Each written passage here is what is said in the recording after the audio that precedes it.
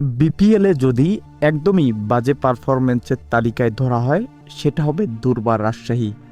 চিটাগং কিংসের বিপক্ষে ১৯১ রানের জবাবে মাত্র ৮০ রানেই অল আউট হলেন রাজশাহী। প্রথম ওভারেই উইকেট যান জিসান আলম।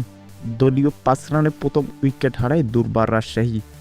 ১ ওভার ৩ বলে মোহাম্মদ হারিস, ২ ওভার ৫ বলে ইয়াসির আলী, ৩ ওভারে ২০ রান তুলতেই মহামূল্যবান উইকেট তুলে নেন চিটাগং কিংস।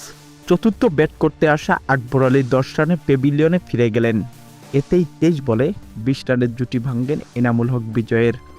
এরপর খালেদ আহমেদের করা দুর্দান্ত এক শট খেলতে গিয়ে ধরা পড়েন এনামুল বিজয়। ৩-৪-এর সাহায্যে ২১ বলে ২১ রানে ফিরতে হয় এই অধিনায়ককে।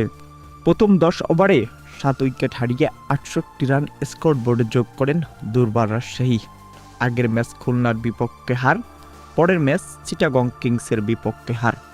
যদি চিটাগং কিংসকে হারিয়ে দিত দুর্বার রাজশাহী, তাহলে হয়তো প্লে অফের জন্য আশাবাদী থাকতেন রাজশাহী।